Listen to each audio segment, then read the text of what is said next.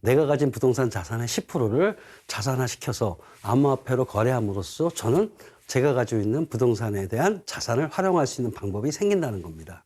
혹시 여러분들 이런 경험 해보셨나요? 어떤 서비스 회사에서 우리의 개인정보 회원으로 등록을 하게 되면은 물론 저희의 개인정보를 칩니다. 그러면 제 기억으로는 보통 주는 게 이제 스타벅스 커피권을 줍니다. 그 기업들이 왜 줄까요? 그거를 가지고 더 큰 부가 사업을 하겠다는 거죠. 그리고 더 큰 사업의 수익을 얻을 수 있다는 겁니다. 우버 생태계의 참여자들은 우버하고 드라이버만 있는 건 아니잖아요. 가장 중요한 사람 누구겠습니까? 그 택시를 이용하는 우리, 고객인 우리가 있어야 된다는 겁니다.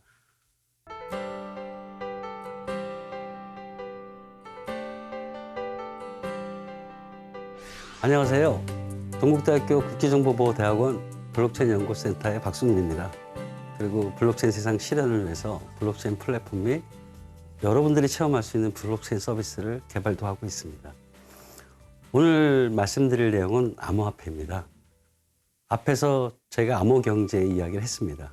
블록체인의 비전과 목표는 디지털 자산 거래 시장이고 그러한 시장을 우리는 암호경제라고 얘기를 드렸습니다.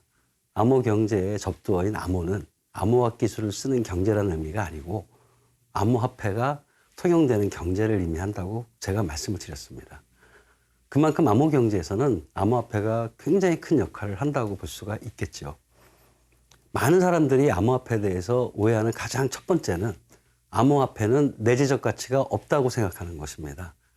근데 사실 암호화폐는 내재적 가치가 있습니다. 오늘 말씀드릴 암호화폐에 대해서는 암호화폐의 내재적 가치가 어떤 것인지 그리고 그 내재적 가치를 통해서 암호화폐가 통용되는 암호경제가 어떤 그림인지를 간단하게 보여드리도록 하겠습니다.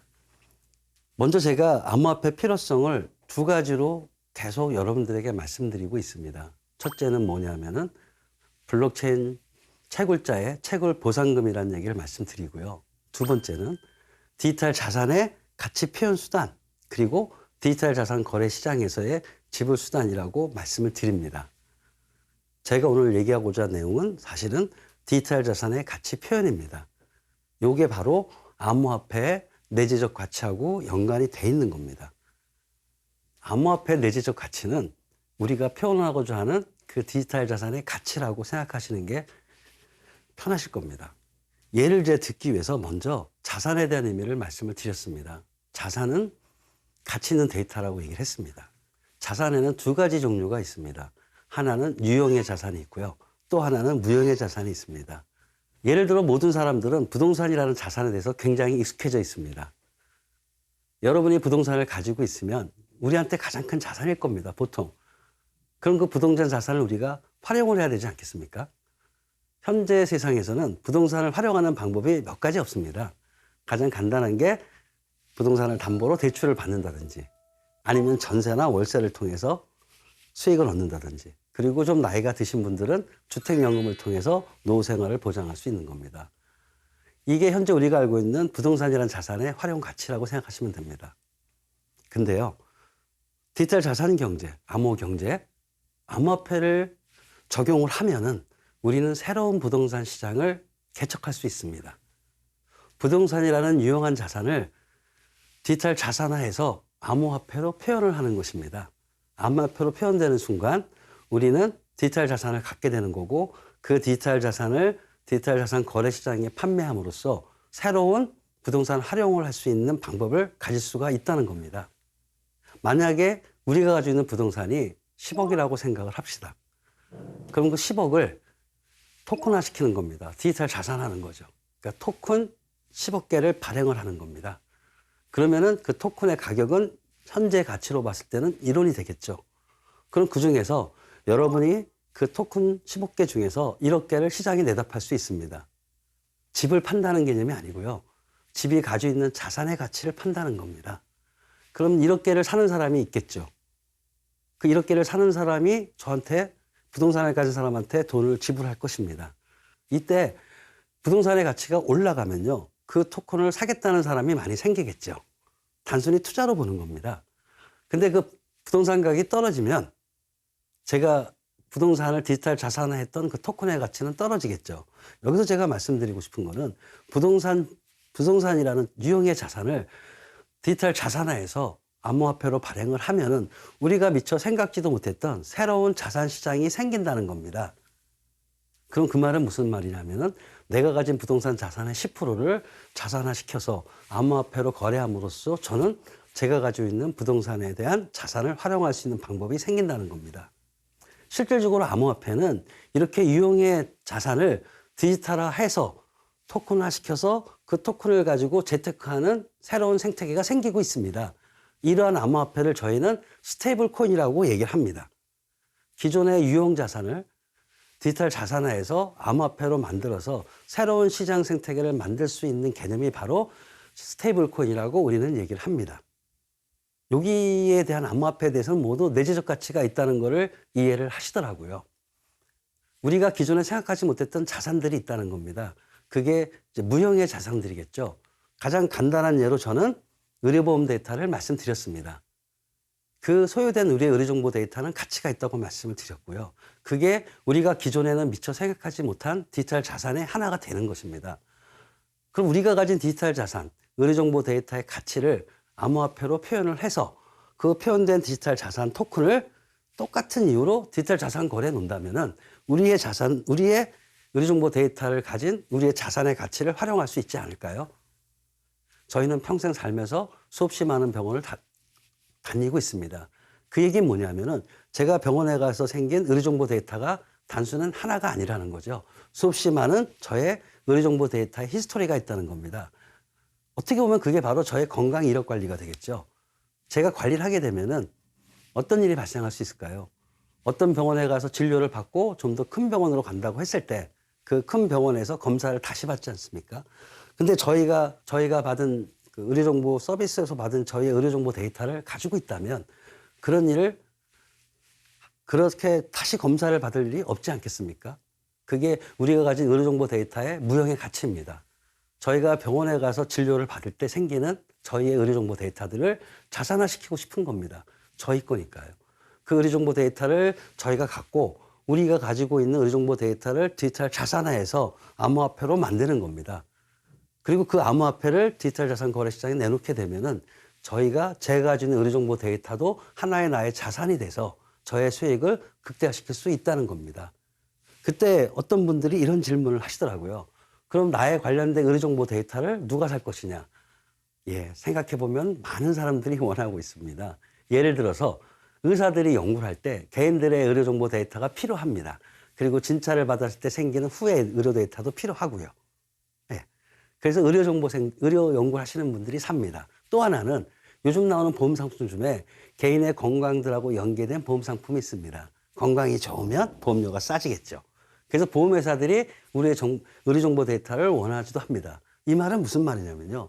우리의 개인의 의료정보 데이터가 사실 생각해보면은 원하는 사람이 많다는 거고요. 그 원하는 사람은 저희한테 돈을 주고 살 거라는 거죠. 얘기하다 보니까 갑자기 이런 생각이 드네요. 우리가 가지고 있는 개인정보 보호들이 있습니다. 이름이 뭐고, 주소가 뭐고, 연령이 뭐고, 주민등록번호가 뭐고, 개인정보 보호입니다. 혹시 여러분들 이런 경험 해보셨나요? 어떤 서비스 회사에서 우리의 개인정보 회원으로 등록을 하게 되면은 물론 저희의 개인정보부를 칩니다. 그러면 제 기억으로는 보통 주는 게 이제 스타벅스 커피권을 줍니다. 여러분 경험들 있으시죠?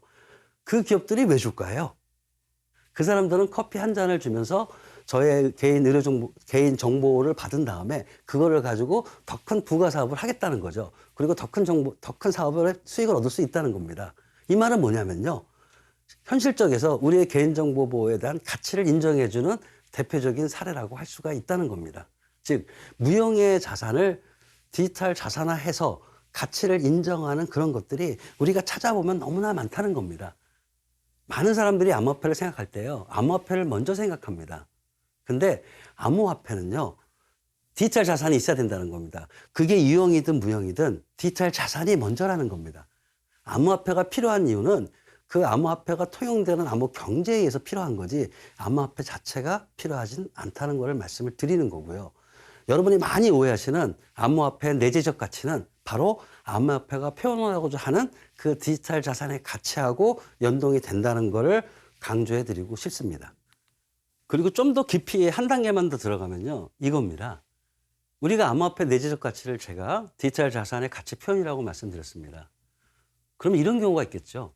우리가 사실은 더 엄밀히 판단한다면 우리가 표현해줘가는 대상, 디지털 자산의 가치를 표현한 암호화폐 가치가 현재 우리가 인정하는 수준의 레벨이라는 겁니다. 레벨이냐는 걸 따져봐야 됩니다. 좀 더 깊이 들어가면. 이게 무슨 말이냐면요. 개인정보 제가 저번에 좀 아까 말씀드린 우리의 회원 등록을 할 때 생기는 우리의 개인정보에 대한 가치가 커피 쿠폰을 주지 않습니까? 근데 우리 개인정보의 가치가 커피의 한 잔 값보다 크냐 작냐에 대한 가치의 적정성 문제를 말씀드리는 거예요.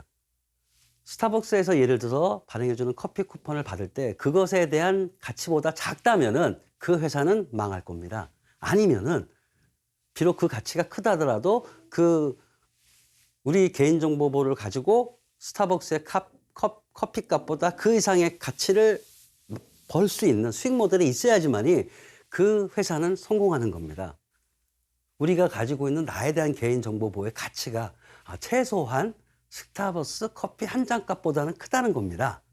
그 가치가 합리적이고 적정해야지만이 그 암호 경제는 지속 가능하다는 얘기를 드리겠습니다. 제가 지금까지 말씀드린 얘기는 암호 경제에 대해서 암호화폐가 얼만큼 중요한지를 말씀을 드린 겁니다. 현재 모든 그 경제 생태계의 핵심은 플랫폼 경제 세대라고 얘기하지 않습니까? 그 플랫폼의 독점화의 가장 핵심은 그 플랫폼 경제를 관리하고 운영하는 주체가 중앙주주화가 돼서 한 기관이 한다는 겁니다. 그렇게 되면은 플랫폼 경제가 활성화되고 수익이 생길 때 그 수익의 대부분을 플랫폼 경제를 운영하는 중앙집중 그 기관이 혼자 다 풍리를 취할 수 있다는 거죠. 그리고 암호 경제의 그 목적은 우리를 위한 경제, 그들의 경제를 우리들의 경제, 그리고 투명하고 신뢰할 수 있는 경제, 그리고 상생하는 경제라고 말씀을 드렸습니다. 아마 여러분들 들어보셨는지 모르겠습니다. 우리나라의 중소벤처기업부 전 장관께서 프로토콜 경제라는 이야기를 하십니다. 현재 대세로 군림하고 있는 플랫폼 경제가 궁극적으로 프로토콜 경제로 전환될 것이라고 말했습니다. 특히 프로토콜 경제에서는 블록체인 기반의 기술을 이용해 플랫폼에 모인 구성원들이 합의를 통해 프로토콜, 즉 규약을 정하고 플랫폼에서 발생하는 이익을 공정하게 나눌 수 있게 됩니다. 그리고 많은 사람들이 프로토콜 경제의 핵심 기술은 블록체인이라고도 얘기를 하시고요. 전 장관님께서도 프로토콜 경제를 실현하기 위한 기반 기술로 블록체인 플랫폼이라고 말씀을 하셨습니다. 그래서 제가 오늘은 프로토콜 경제를 한번 파헤치고 싶은 겁니다. 그리고 프로토콜 경제가 결국엔 암호 경제로 갈 것이다. 네이버 지식백과에서는 프로토콜 경제를 어떻게 말씀하냐면요. 탈중앙화됩니다. 기존의 프로토콜 경제가 플랫폼의 독점화의 피해를 해결하기 위해서 나온 거는 맞는 것 같아요. 그러다 보니까 탈중앙화라는 개념이 들어가는 거죠. 탈중앙화를 통해서 여러 경제 주체를 연결하는 새로운 형태의 경제 모델로 정의합니다. 현재 플랫폼 경제의 대안으로 제시된다는 겁니다. 그리고 프로토콜 경제는 탈중앙화, 탈독점화를 추구해서 플랫폼 경제의 독점적인 비즈니스 환경과 그에 수반하는 문제점을 해결하는 경제 모델이라고 거론합니다. 제가 이 프로토콜 경제의 정의를 봤더니 저게 블록체인이 원하는 거예요. 그래서 제가 앞에서 말씀드린 거하고 비슷하게 프로토콜 경제는 플랫폼 경제가 가지는 독점화의 피해를 보완하는 참여형 공정경제 시스템이다. 이렇게 또 얘기를 하는 것도 있고요. 그리고 일반적으로 사람들이 얘기할 때는 일부 사업자가 주관이 되는 게 아니라 모든 참여자들이 합의된 어떤 경제 규칙, 합의된 프로토콜 규칙을 만들고 그것에 따라서 성과를 배분하는 개념이라고 얘기합니다.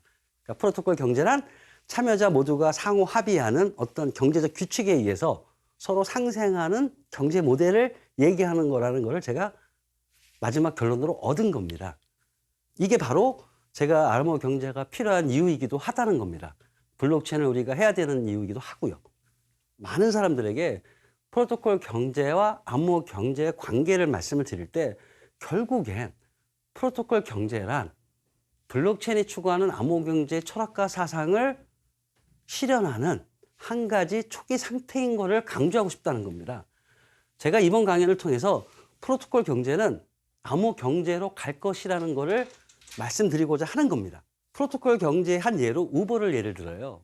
그 우버에 참여하는 드라이버들 있지 않습니까? 우버 택시 운전사들. 지금 현재 상태는 플랫폼 경제이기 때문에 우버가 모든 수익을 독점합니다. 근데 이게 플랫폼의 단점이라고 생각을 해서 우버가 벌고 있는 수익의 일정 부분을 우버 택시에게 돌려주자는 개념에서 출발한 겁니다. 그래서 상생을 하자는 거죠. 이게 소위 말하는 프로토콜 경제의 하나의 대표적인 사례라고 얘기합니다. 맞습니다. 그리고 이러한 방법으로 우버의 주식을 드라이버에게 나눠주는 거죠. 예. 그렇게 되면은 현재 우버 생태계가 제가 바라보는 암호경제 관점에서 이렇게 바뀐다는 겁니다. 우버 생태계에 우버 택시들한테 우버가 가지고 있는 자산의 일부인 주식을 디지털 자산화해서 증권형 토큰이라고 제가 말씀을 드렸습니다. 디지털 자산을 암호화폐 시켜서 그 암호화폐를 우버 택시에게 나눠주는 그런 흐름으로 이해하실 수 있습니다. 즉 우버 생태계를 프로토콜 경제로 만드는 방법 중에 하나가 우버의 자산의 일부를 드라이버에게도 나눠주자는 거죠. 여기서 끝을 냅니다. 여기서 한 가지 짚고 넘어가야 될 건 이겁니다. 우버 택시 드라이버들이 그 주식을 자기가 직접 활용할 수 있을까요? 그 말은 무슨 말이냐면은 우버 택시들이 그 주식을 가지고 실시간적으로 현금화 시킬 수 있고 자산화 시킬 수 있느냐의 문제입니다. 제가 볼 때는 아마 여러 가지 문제가 있을 겁니다. 그래서 그거를 증권형 토큰으로 바뀌게 되면은 암호경제 입장에서 봤을 때는 디지털 자산이 생긴 거고요. 그 디지털 자산을 실시간으로 거래하기 위해서는 암호화폐 거래소, 디지털 자산 거래 시장으로 가면 된다는 거죠. 그리고 여기서 한 가지 더 나가야 됩니다. 우버 생태계의 참여자들은 우버하고 드라이버만 있는 건 아니잖아요. 가장 중요한 사람 누구겠습니까? 그 택시를 이용하는 고객인 우리가 있어야 된다는 겁니다. 봅시다. 만약에 우버를 프로토콜 경제 하나의 사례로 얘기해서 우버가 자기의 주식을 토큰화시켜서 택시 드라이버에게 줍시다. 그러면은 그거는 우버와 우버 택시 기사들에 대한 상생 경제입니다. 거기에 우리가 빠져 있다는 겁니다. 저는 이렇게 주장하고 싶어요. 우버가 우버 생태계를 만들 때 우버하고 우버 택시 드라이버하고 상생 경제를 만들었지만 가장 중요한 데이터 생성자, 우리가 택시를 이용한 그 활동, 그 데이터들도 우리한테는 자산이라고 제가 분명히 말씀드리는 겁니다.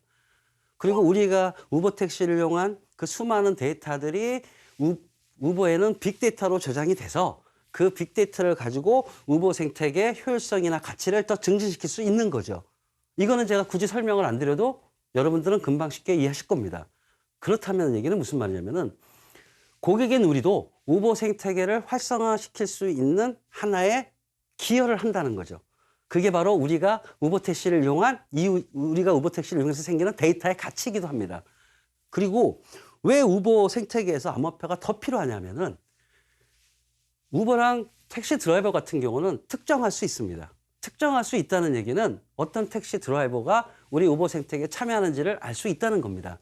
그래서 초기에 우버 택시 드라이버들에게 주식을 나눠줄 수 있는 어떤 규칙을 만들 수가 있어요. 예. 근데 고객들의 참여에 따른 고객들의 가치를 우리가 상생하는 관점에서 가치를 줄 때 고객들은 불특정 다수입니다. 초기에 결정할 수가 없는 거예요.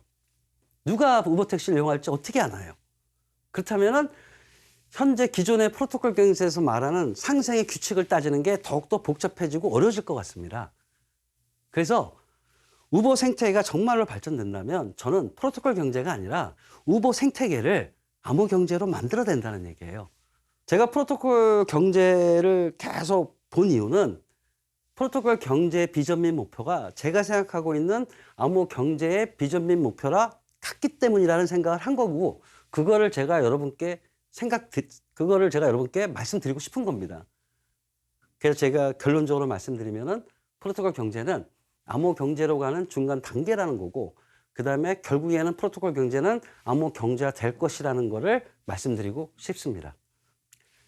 암호화폐에 대한 그 두 번째 논쟁이 있습니다. 블록체인과 암호화폐의 관계입니다. 예. 블록체인과 암호화폐는 뛸 수가 있느냐, 불가분의 관계냐에 대한 논쟁이 있습니다. 암호화폐는 블록체인과 뛸 수가 없는 겁니다.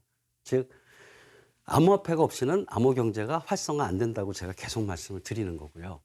그리고 암호경제가 블록체인의 목적이기 때문에 블록체인 생태계에서 암호화폐는 그만큼 중요하다는 걸 말씀드리는 거예요. 우리가 블록체인을 하는 이유는 인프라라고 말씀드렸잖아요. 그럼 우리가 블록체인 인프라를 왜 깔까요? 그 이유에는 블록체인 관련 산업 생태계를 위한 겁니다. 바로 디지털 자산 시장을 원하는 건다고 말씀드리지 않습니까? 그리고 이제 논쟁이 되는 암호화폐 거래소. 암호화폐 거래소가 왜 필요할까냐는 논쟁이 한때 있었습니다. 지금은 정리가 된 상태입니다. 그래서 암호화폐 거래소도 필요합니다. 암호화폐 거래소가 어떤 역할을 하는지를 여러분이 알고 있는 상식선에서 제가 설명을 드리도록 하겠습니다.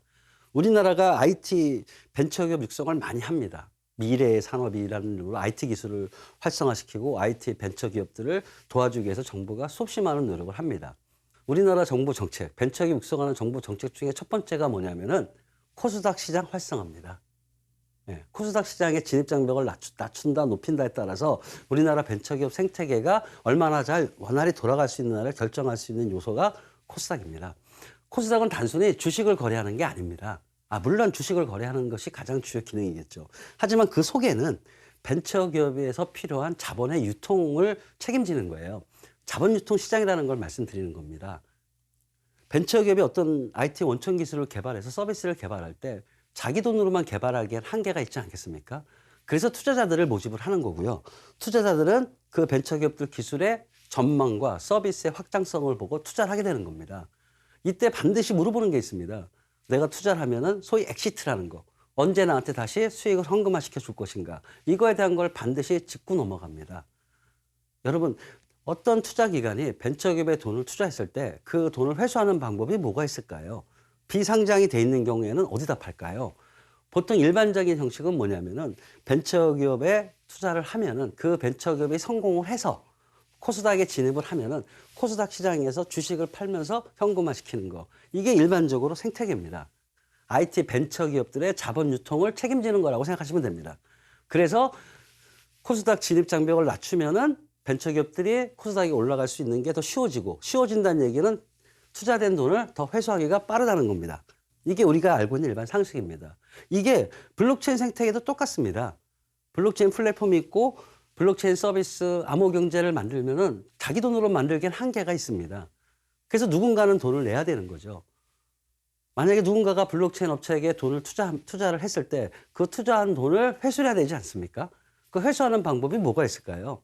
개인적으로 회수하는 측면보다는 그 블록체인 업체가 발행한 토큰, 그 디지털 자산 경제 가치를 표현한 그 토큰을 암호화폐 거래소에 상장을 하는 겁니다. 암호화폐 거래소에 상장을 하면은 투자한 사람들은 그 암호화폐 거래소에 있는 토큰을 현금화 시켜서 회수하는 거죠.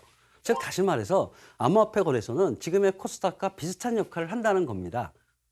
즉 암호화폐 거래소는 블록체인 생태계에서의 자본 유통 시장이라고 생각하시면 됩니다.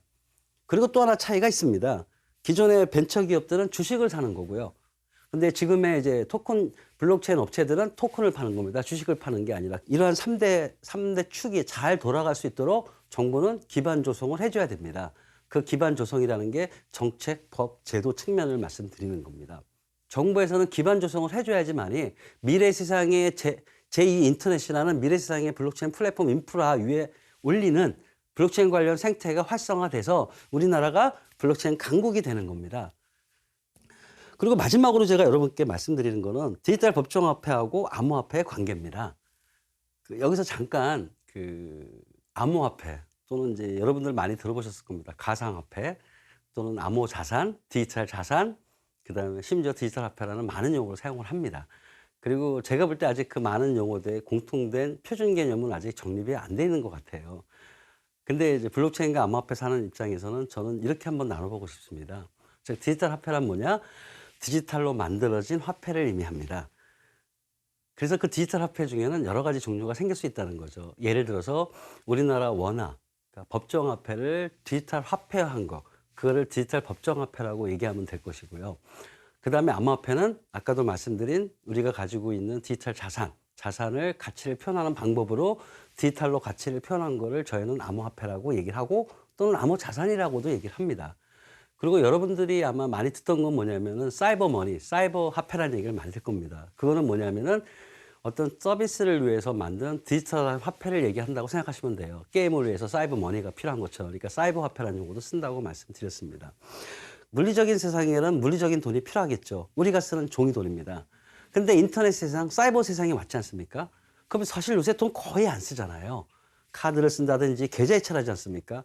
즉 다시 말해서 현금 사용이 감소가 되는 겁니다. 그래서 현금 없는 사회를 원하는 거고요. 그리고 캐시리스 현금 없는 사회가 제가 아는 바로는 우리나라 국가 정책 중 하나인 걸로 알고 있습니다. 이 말은 무슨 말일까요? 현재 지폐 개념이 종이적인 특성에서 이제는 사이버적으로 바뀐다는 거죠. 뭔진 모르겠지만 디지털 화폐가 된다는 겁니다. 블록체인 세상에서도 당연히 화폐라는 개념은 암호화폐를 하더라도 디지털 화폐가 되겠죠. 지금 현재 한국은행에서 디지털 법정화폐에 대한 실증 실험을 하고 있습니다. 조금 있으면은 디지털 법정화폐가 아마 사회적 논쟁이 될 겁니다. 이때 우리가 간과해서 안 되는 이유가 있습니다. 그게 뭐냐면요. 현금, 우리가 얘기하는 지폐, 디지털 법정화폐에 익명성을 줄 것인가 안 줄 것인가에 대한 논쟁을 반드시 해야 됩니다. 지금 중국이 발행하는 디지털 법정화폐는 익명성이 없습니다. 그 말은 무슨 말이냐면 지금 현금의 특성을 없앤다는 거예요. 현금의 가장 큰 특성은 익명성입니다. 카드 쓸 때는 익명성이 없지 않습니까? 제가 어디에 가서 어떤 일을 했는지 다 알 수 있습니다. 근데 법정화폐, 우리가 쓰는 현금은 익명성이 있기 때문에 내가 어디 가서 현금을 쓰게 되면은 잘 모르잖아요. 추적이 안 당하잖아요. 이거를 현금의 가장 큰 특성 중에 하나인 익명성이라고 얘기합니다. 그리고 제가 아까 인터넷 세상이 됨으로써 플랫폼, 독점의 문제가 생긴다고 말씀드렸지 않습니까? 그 독점의 문제 때문에 우리가 탈중화라는 블록체인 기술이 필요하다고 얘기를 했고 가장 중요한 블록체인 철학이라고도 말씀을 드렸습니다. 디지털 법정화폐를 만들 때 블록체인과 암호화폐 기술을 채택을 한다면 가장 효율적인 방식으로 구현할 수 있다는 것을 말씀드리는 겁니다. 암호화폐하고 법정화폐의 관계에 대해서 많은 말씀들을 하시는데 암호화폐는 디지털 법정화폐하고 다릅니다. 암호화폐 목적은 디지털 법정화폐가 아니라고 말씀드렸습니다. 단지 디지털 법정화폐를 구현할 때 기존의 어떤 기술적 수단보다는 블록체인과 암호화폐 기술을 씀으로써 좀 더 효율적으로 우리나라 디지털 법정화폐를 만들 수 있다는 것을 말씀드렸습니다. 여기까지 제가 암호화폐에 대한 중요성, 필요성을 말씀을 드렸고요. 심지어 우리가 쓰는 화폐조차도 결국에는 디지털 전환에 의해 흐름에 의해서 디지털로 바뀔 거고 그 디지털로 바뀌는 우리나라 디지털 원화라고 얘기하면 될까요? 그런 것들이 디지털 법정화폐라는 용어로 현재 실험되고 개발되고 있다는 것을 말씀드리겠습니다. 감사합니다.